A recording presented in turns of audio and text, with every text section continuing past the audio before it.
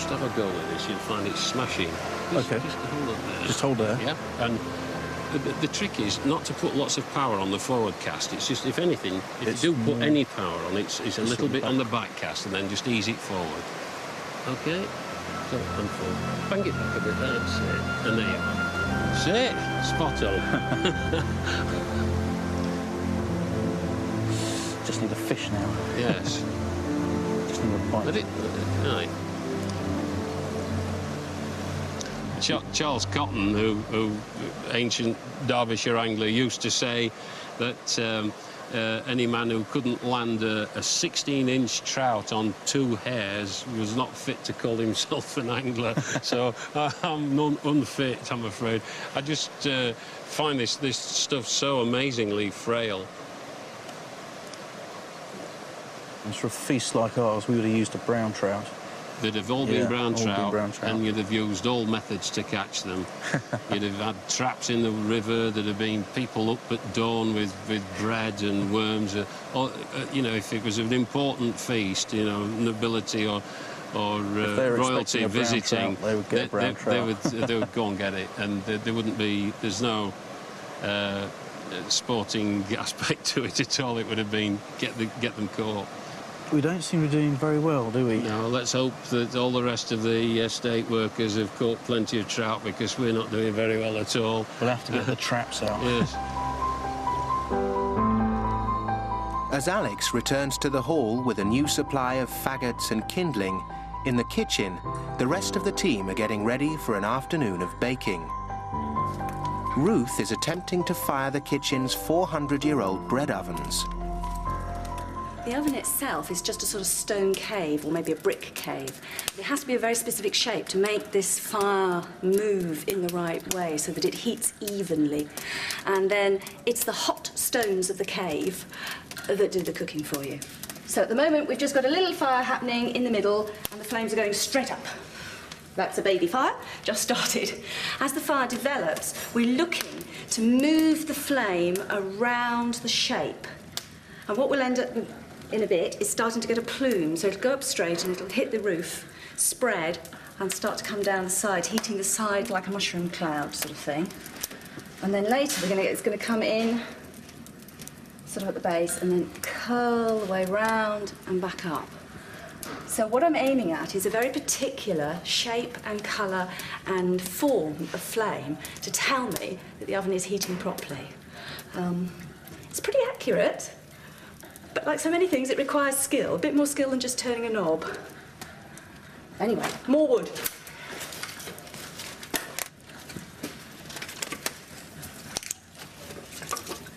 For an oven that hasn't been in regular use, this is working superbly well.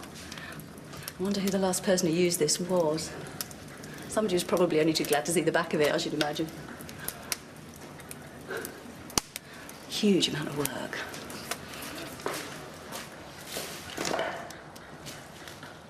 The ovens are proving to be more successful than Richard and Fonz, who have yet to catch a single trout. Into all fish. Call of the day? If you like, yeah.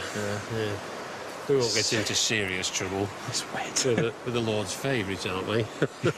Now look, we mustn't waste that. What's that? This is sheep.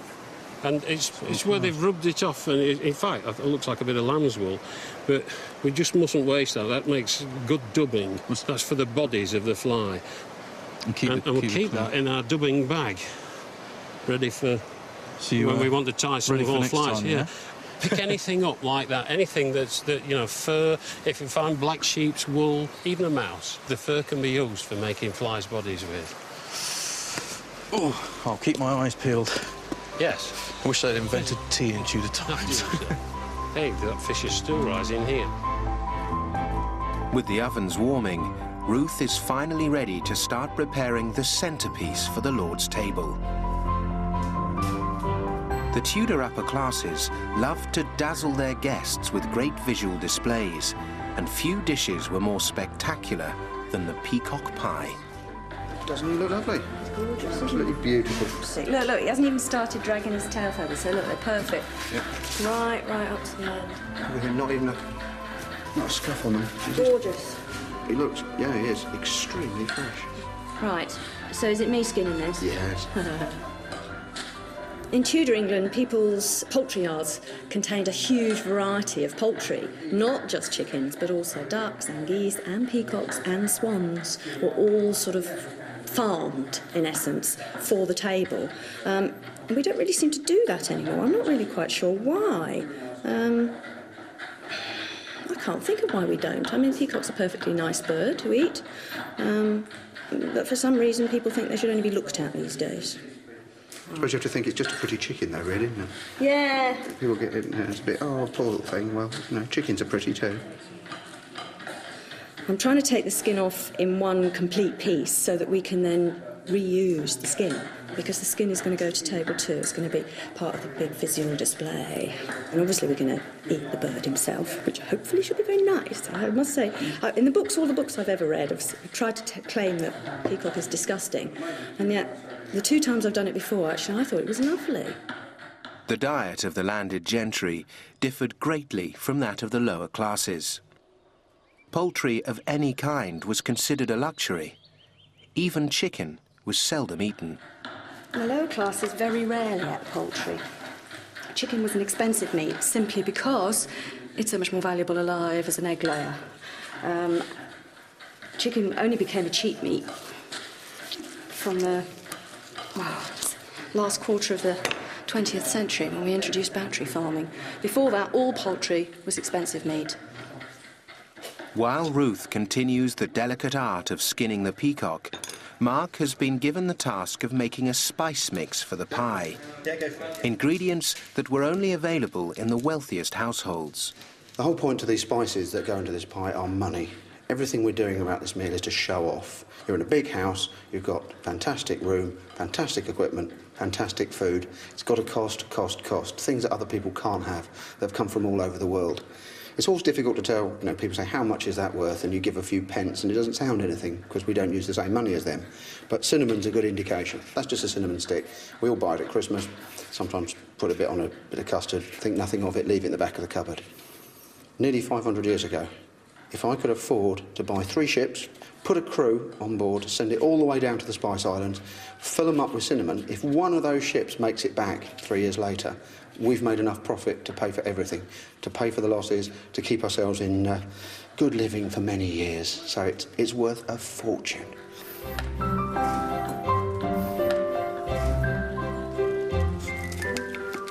I'm nearly done here, and it's gone quite well, actually. He was warm, and that makes a lot of difference. Trying to skin something with so much plumage and in such condition is a bit of a challenge, it must be said. But, you know, you can't spoil something as gorgeous as this, can you? Right, last little bit here. Meat. And peacock. Cool. Look at that. That's going to look amazing on table, isn't it? Absolutely fantastic. I'm really pleased with that. With the skinning of the peacock complete, the rest of the team can now prepare the filling for the pie. We're just chopping up the beef suet, and this is going in our peacock pie. And Ruth said I've got to dice this up really small. We're going to mix it in with all the meat and the dried fruits as well, just to keep our pie nice and moist, nice and succulent. A tiny bit of something now that none of us think about, the nutmeg. Nutmeg was the new spice for the late Tudors. We're told entire estates were lost over the trade in nutmegs when the bottom fell out the nutmeg market not much later. Someone else who has the purse strings to this house is going to give me meagre amounts of each one and said, that's enough for your peacock pie, because otherwise I'm going to pick up this nutmeg and I'm going to be off down the drive and live like a king forever. So you need to take these away from me quite quickly.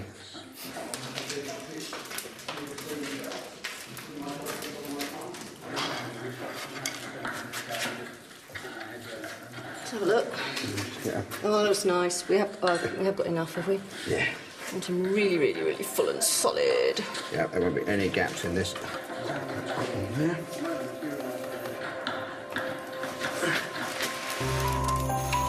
A momentary respite for the team while the bread ovens are still heating allows Ruth to begin applying the finishing touches to her marchpane. She's gilding its edges with gold leaf. This is real gold, and therefore costs a blinking fortune, and always did. And that's the point. It's real conspicuous consumption. You can't do this with fake gold, because fake gold would make you ill if you ate it. Whereas real gold is inert. Goes in one end, straight through, out the other end, and does no harm on the way. So you can eat real gold. But gold has always been the price of gold. And I suppose whoever was doing it at any date in history must have felt the pressure. But perhaps they had a bit more practice, I don't know. In the period, they actually just took a small lump of gold, and some poor bloke just hit it with hammers on a cushion until they got it down to this really, really, really fine sheet. I mean, the skill involved in beating something so that you don't break it and go through it, just beggars belief. I'm having trouble picking it up without breaking it, you know. But I think my real worry is that we won't get the finish, you know, the final quality of presentation that they would have had in the period. I have a feeling that we might end up with something that's a little bit rustic. As Ruth contemplates the team's progress, a critical moment has arrived in the bakehouse. Breaking out the hot coals, because the ovens are now up to temperature. The stone is hot enough to cook the bread. With the ovens up to temperature, the team have just seconds to get all the bread and pies in before the stones begin to cool.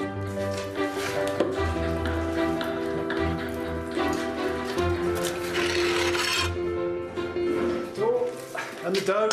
That first moment when you take the fire out and you get the bread in has to happen really, really fast, because obviously once you've taken the fire out and the doors are open, your oven is beginning to cool down. The bread and pies will bake in the ovens overnight. A simple dough mixture is used to seal the doors and prevent the heat from escaping. Now we can relax. Now we can take our time, get rid of the ashes, and then seal up the doors, and then we can all go and do something else much quieter and calmer.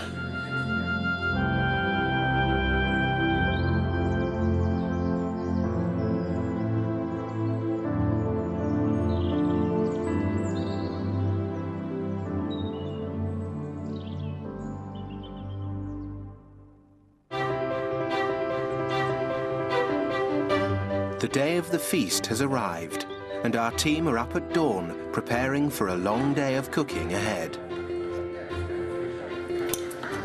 So the first job in the morning is to get this fire lit. 5 o'clock, servants, people like Fonz and myself, are up, getting together our tinder and some nice little bits of kindling, get this thing lit so that we can get it up to heat as soon as possible, because we've got so much to cook today and we've got to cook in so many different ways. So someone's always going to be on hand on this fire, tending it, making sure it's up to heat. Ruth's first task of the morning is to apply the finishing touches to her peacock pie. There's the peacock pie out of the oven. Baked quite nicely, isn't it? Right, all I've got to do now is get the skin on top of it. Right. Ruth's recipe for the dish describes how the pie should be covered with the skin of the peacock using a wire frame, as if the bird was still alive on the table. It's more than great. It looks utterly stunning. Along with the centerpieces, the team are also cooking a huge array of different meats, salads and sweets. In a wealthy household, both quality and quantity lay at the heart of a successful feast. We've got gammons to go in, we even talked about some chickens at the last minute, we've got venison to spit roast, we've got wild boar to spit roast, we've got the peacock pie to sort out, we've got more bread rolls to do, we've got all the sweets to do, we've got toast to do. I mean, toast for 40 people is the last thing I need. We're producing so much food. When you look at this and you see it all, you think, well, you can't eat all that, and that's the whole point. You're not supposed to be able to eat it all. What you're doing is giving your guests a choice. Even today, a lot of people don't choose what they eat, they just don't get very much, and it was certainly that case in Tudor England. Most people ate very little and didn't get any choice at all. So when you sit down at this meal, Just everything out in front of you. What do you want? You know, tantalise your taste buds. Do you fancy the chicken, the venison, the salads, the artichokes, the pies, or do you just want gammon? Nobody minds what you eat, but you've been given choice. It's like having a written menu live in front of you on the table.